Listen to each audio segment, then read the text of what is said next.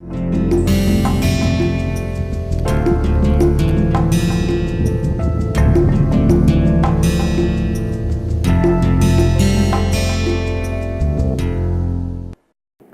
are beginning our fourth module, and this is our first lecture for the fourth module on commonality and congruity in the diverse content of art. To understand that, we must also focus on the basic ethos of a particular place that is common.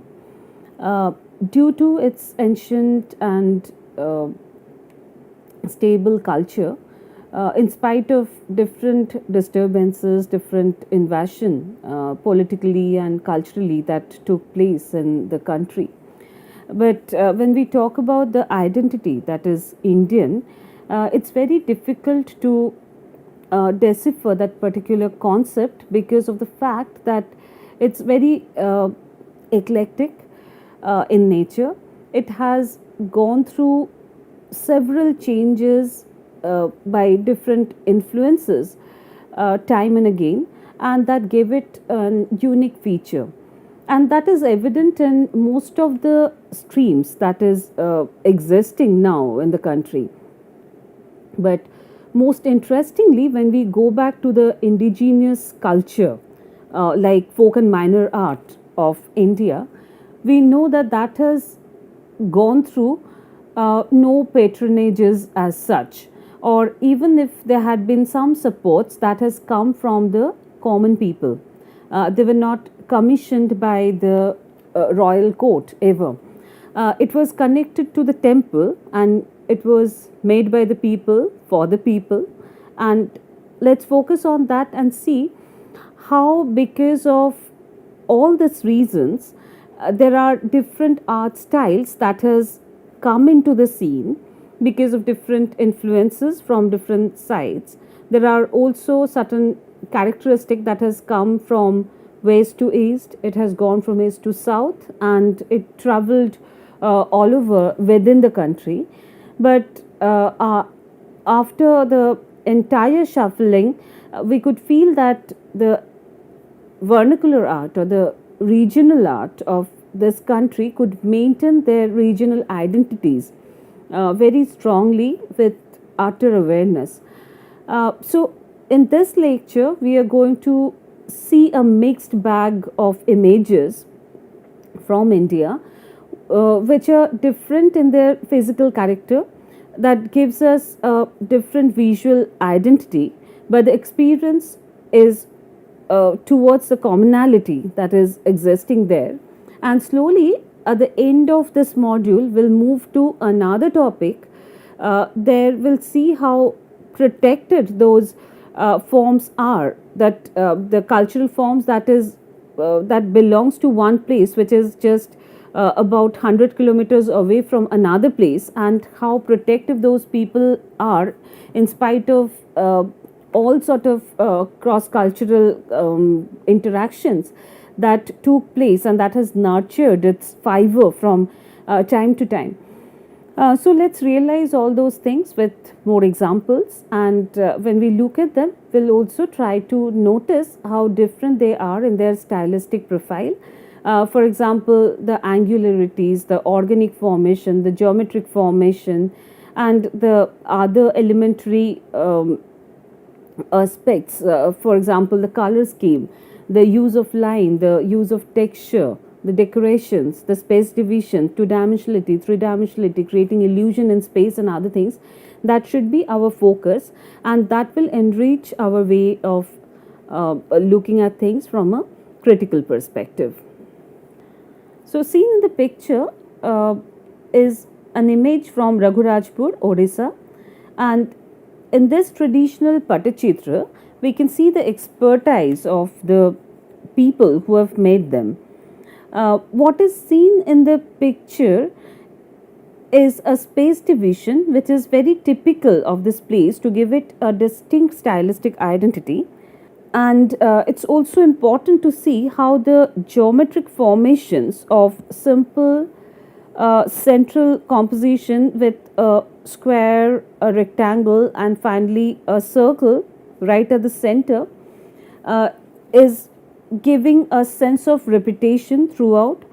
The theme is very clear that it's a figure who is in the center with a blue bordered god who is repeated in the flower petals that are arranged in a repeated order, and it also has a circular movement in its static, like though apparently they're static, and it tells about different stories which are connected to each other through different frames, and all the corners and the extra parts which are uh, remaining, no nothing is told there, they're filled up with some decoration or the other. For example, we have the parrots in green, which is a contrast color that is not seen anywhere else, but it's a distinct parrot green, and the parrots are in that color. But more than the naturalistic imagery, they emphasized on the decorative qualities of each and every images that they executed here, and that gives it a very rich characteristic where not a single part is uh, kept empty, and it also makes the composition more two dimensional and decorative. So there's no illusion of space that is taking place, there's just a trivial overlapping that is taking place to make foreground and background very prominent, and there are hardly any suggestion of a middle ground which is just below the feet of the characters here, and it's filled up with interesting imageries and illustrations from different myths. We see some characters which are highly animated and they're into action throughout. We'll see some similar artworks from the same tradition to get familiar with this art style. So, a similar artwork from the same genre, having slight difference in the image formation, but it has the similar character. Uh, it follows the same principle. A slight variation in the formation with the basic principle maintained, that gives it a strong identity that it belongs to Odisha.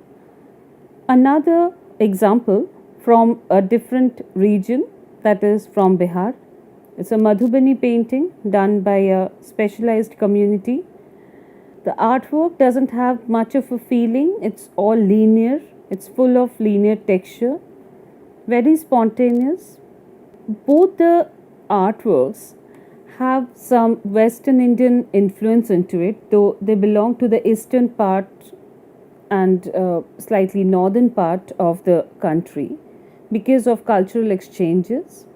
But the space division here is following the same rule, that we do not see the space to have any optical illusion, rather the two dimensionality is maintained throughout, that gives it a highly painterly quality into it. Another from the same tradition, a Madhubani painting from North Bihar. It has a stylized feature in the horizontal stretch of the bird, which gives it a very interesting division in terms of its space, where the main characters in these figures are placed in a vertical order, whereas the emphasis is there equally on the horizontal and vertical formation. We see the similar principle here, where all the empty spaces between the main characters are filled up with some motifs or the other. So it's all entirely filled up to give it a two dimensional look.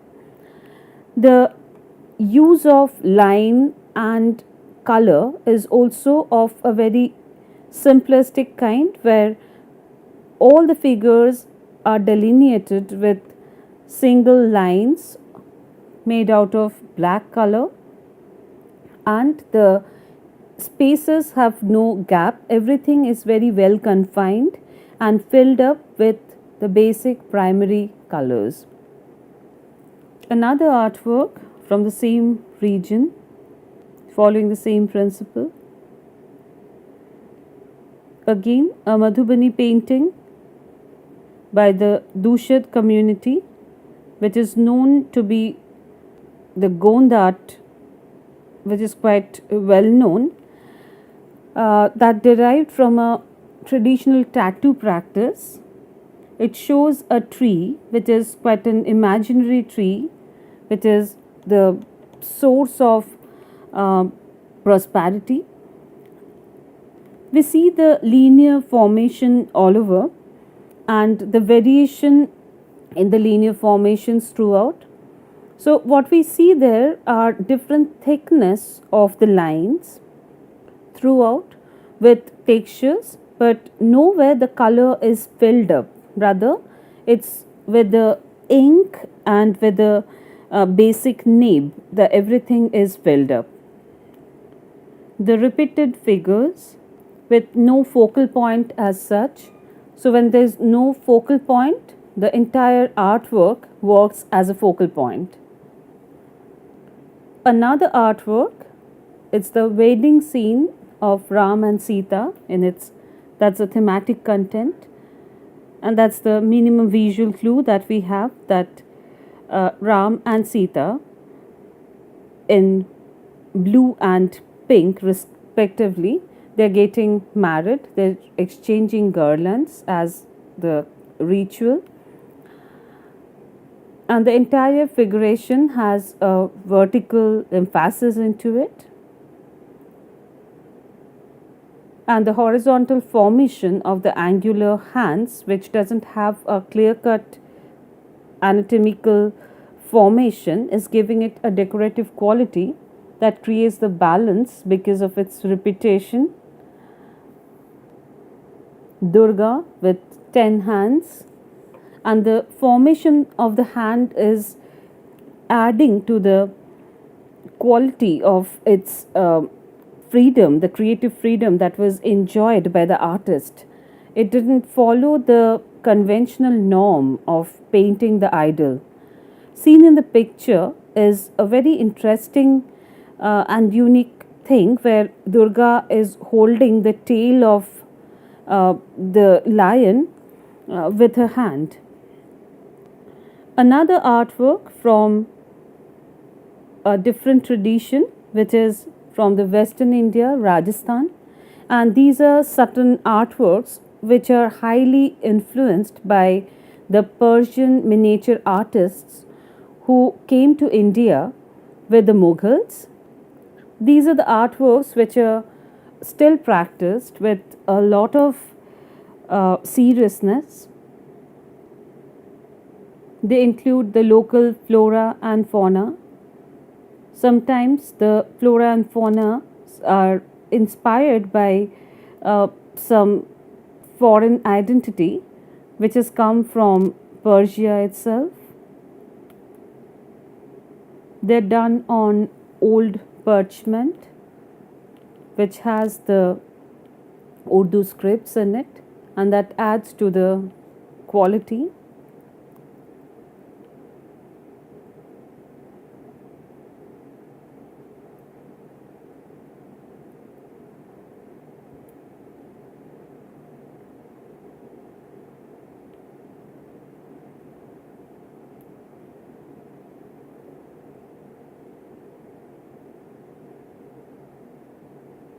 A linear formation with the gradient of color which is very different from the earlier ones that we have seen in Bihar or Odisha. Here the volume is shown with the gradual formation of tones of a single color. So it's monochromish in character, but it has the right volume.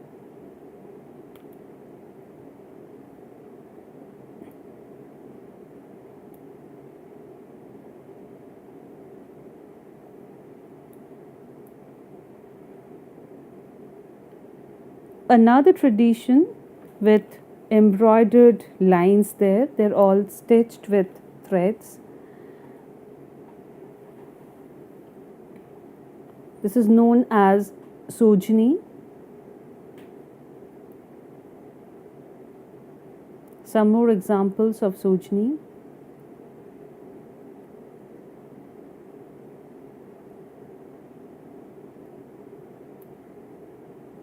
Gond art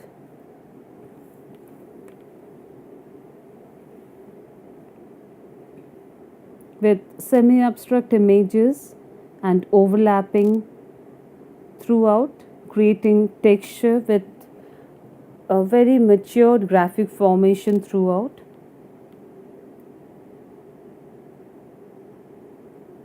The motif of eye is repeated almost everywhere in the picture with some textures of wave in the stone, and the water is flat along with the background which is white.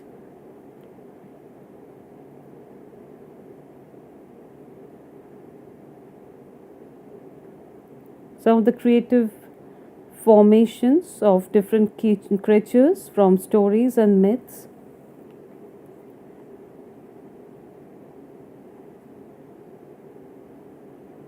The organic formation with the inner essence of natural forms.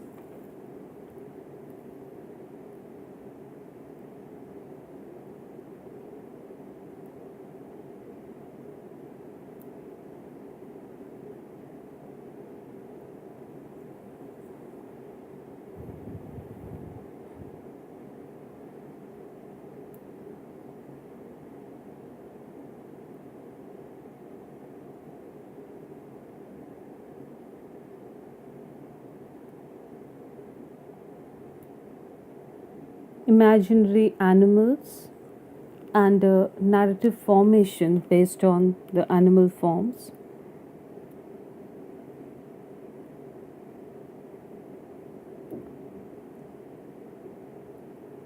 Trees and its dwellers.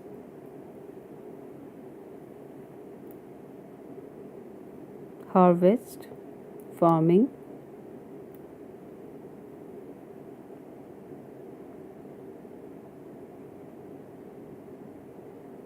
The simple two-dimensional formation with a distinct background and a foreground, and with no suggestion of a clear middle ground that will create a spatial depth in terms of creating an illusion of space. An artist in making of the artworks. The detailing done by the artist with brushes. So the color overlapping is quite clear in this picture.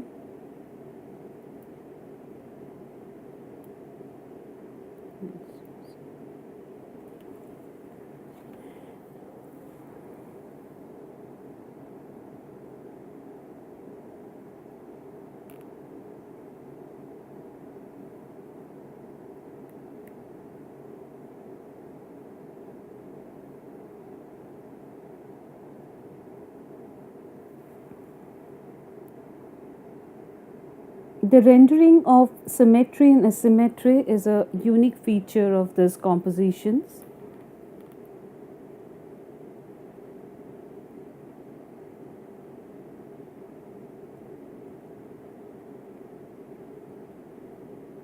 It has a strong surreal component into it with unusual juxtapositions of form in utter harmony. I would like you to focus on this particular image from Gond painting tradition, where you see there's a dilemma created by the overlapping images and the uh, value contrast and the value variation throughout, where it confuses the audience to its ground formation. It takes us some time to understand whether the black is the image, the color that is there at the background, or is it in the foreground, because the same black is used as the foreground black, which is very unique. And whenever we see a color like black which has the lowest of value, it tends to get pushed back.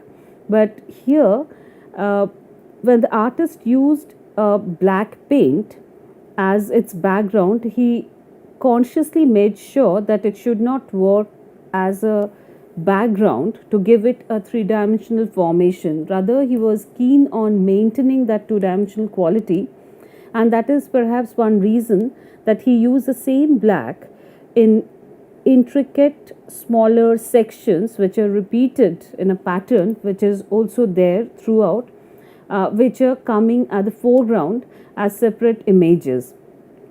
And very interestingly, the blue white stripes are striking out. At the same time, it's getting even with the other formations in the frame.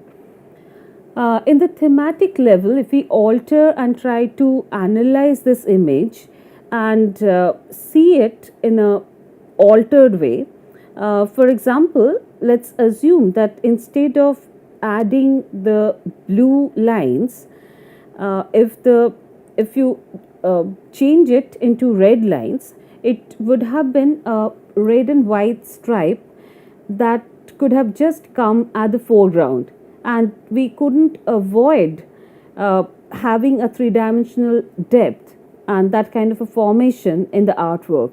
So, light blue, dark blue, or whitish blue and another light blue, that combination is very thoughtfully maintained throughout to give it a two dimensional look. So, it's not an inability to create a three dimensional form, rather, it's the very decision of the expert artist who is able to create this kind of a form.